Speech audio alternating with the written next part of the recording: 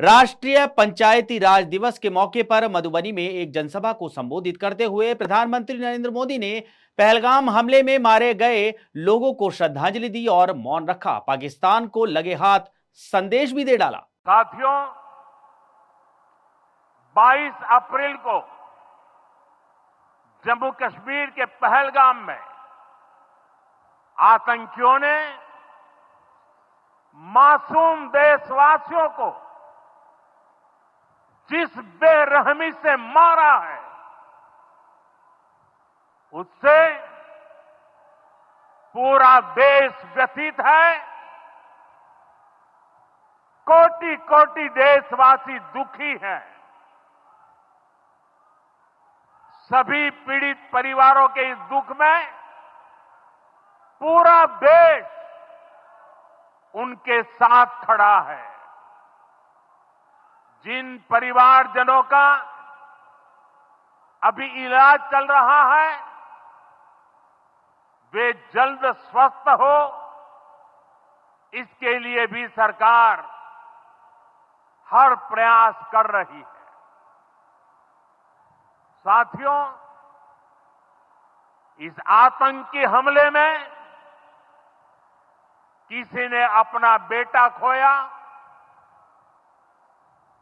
किसी ने अपना भाई खोया,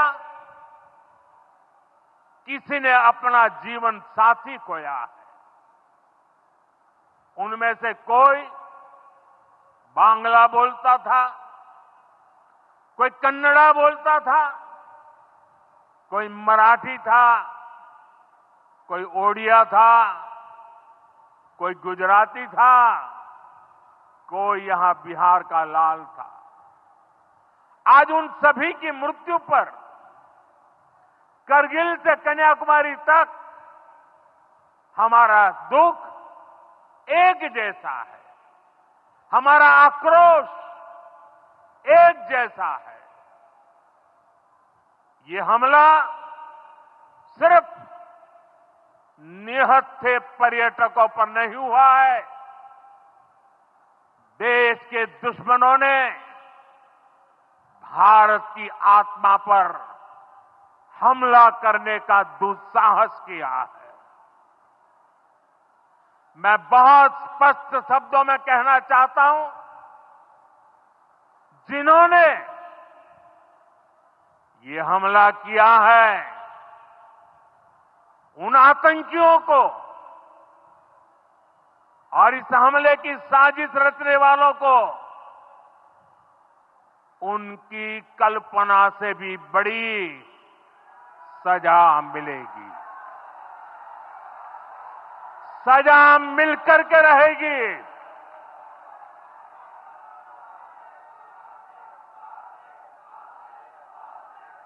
अब आतंकियों की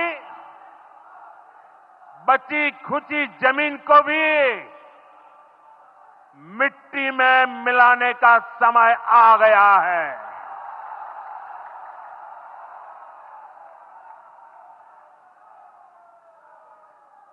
एक सौ चालीस करोड़ भारतीयों की इच्छा शक्ति अब आतंकी आकाओं की कमर तोड़ कर रहेगी। पीएम ने अपने संबोधन शुरू करने से पहले कहा, अपनी बात शुरू करने से पहले मैं आप सबसे प्रार्थना करना चाहता हूं, आप जहां हैं वहीं अपने स्थान पर बैठकर ही 22 अप्रैल को जिन परिवारजनों को हमने खोया है, उनको श्रद्धांजलि देने के लिए हम कुछ पल का मौन रखेंगे। राष्ट्रीय पंचायती राज दिवस के मौके पर कार्यक्रम में बोलते हुए पीएम मोदी ने कहा, आज पंचायती राज दिवस के मौके पर पूरा देश मिथिला से, बिहार से जुड़ा है। आज यहाँ देश के बिहार के विकास से जुड़े हजारों करोड़ रुपयों के प्रोजेक्ट्स का शिलान्यास और लोकार्पण हुआ है। बिजली, रेल, इंफ्रास्ट्रक्चर के इन विभिन्न कार्यों से बिहार में रोजगार के नए मौके बनेंगे। पीएम ने जनसभा को संबोधित करते हुए कहा, बिहार वो धरती है जहां से पूज्य बापू ने सत्याग्रह के मंत्र का विस्तार किया था। पूज्य बापू को दृढ़ विश्वास था कि जब तक भारत के गांव मजबूत नहीं होंगे तब तक भारत का तेज विकास नहीं हो पाएगा। देश में पंचायती राज की परिकल्पना के पीछे यही भावना है। बीते दशक में पंचायतों को सशक्त करने के लिए एक के बाद एक कदम उठाए गए हैं। टेक्नोलॉजी के माध्यम से भी पंचायतों को मजबूत किया गया है। पीएम ने कहा कि बीते दशकों में 2 लाख से ज्यादा ग्राम पंचायतों को इंटरनेट से जोड़ा गया है। 5.5 लाख से ज्यादा कॉमन सर्विस सेंटर गाँव में बने हैं। पंचायतों के डिजिटल होने से एक और फायदा हुआ है। अब जीवन मृत्यु प्रमाण पत्र, भूमि धारण प्रमाण पत्र जैसे कई डॉक्यूमेंट्स आसानी से प्राप्त कर सकते हैं।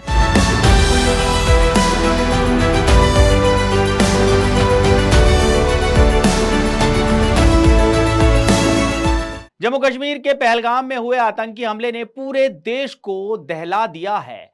खूबसूरत वादियों में घटी इस दिल दहला देने वाली वारदात में 26 बेगुनाह पर्यटकों, माफ कीजिएगा 28 बेगुनाह पर्यटकों की जान चली गई। वहीं दूसरी ओर इस हमले के बाद गुरुवार तड़के जम्मू से एक विशेष विमान के जरिए 75 पर्यटकों को मुंबई लाया गया। इन लोगों के चेहरे पर घर लौटने की राहत थी, मगर आंखों में उस खौफ की झलक भी साफ देखी जा सकती थी जो उन्होंने कश्मीर की धरती पर देखा।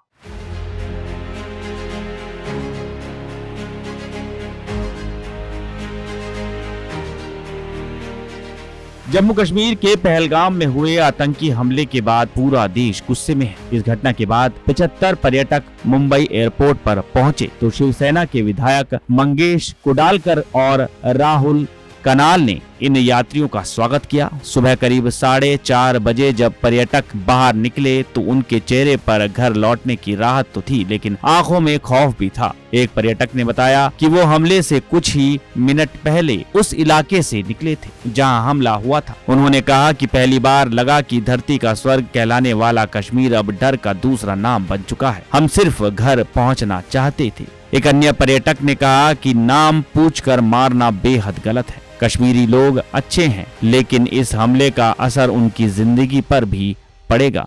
अब होटल खाली हैं और पर्यटक लौट गए हैं। कई यात्रियों ने बताया कि सुरक्षा व्यवस्था सख्त थी। हर जगह सेना और CISF के जवान मौजूद थे। जाम में फंसे रहे, लेकिन अब मुंबई पहुंचकर थोड़ा सुकून है। राहुल कनाल ने कहा कि पूरा देश इस दर्दनाक हादसे में पीड़ित परिवारों के साथ है। हम हमेशा बड़े भाई का फर्ज निभाते रहे, लेकिन अब पाकिस्तान को जवाब देने का समय आ गया है। हर साल लाखों लोग कश्मीर की खूबसूरती देखने पहुंचते हैं, लेकिन आतंकियों की इस नापाक हरकत ने न सिर्फ 28 परिवारों की खुशियां छीन ली, बल्कि उन कश्मीरी लोगों की भी रोजी रोटी छीन ली जिनका घर पर्यटकों से चलता था।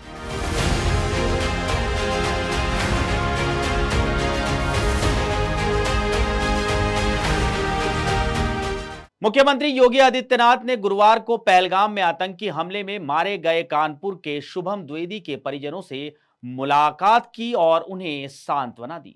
भारत सरकार की आतंकवाद और उग्रवाद के प्रति जीरो टॉलरेंस की जो नीति रही है, निर्दोष पर्यटकों पर हमला,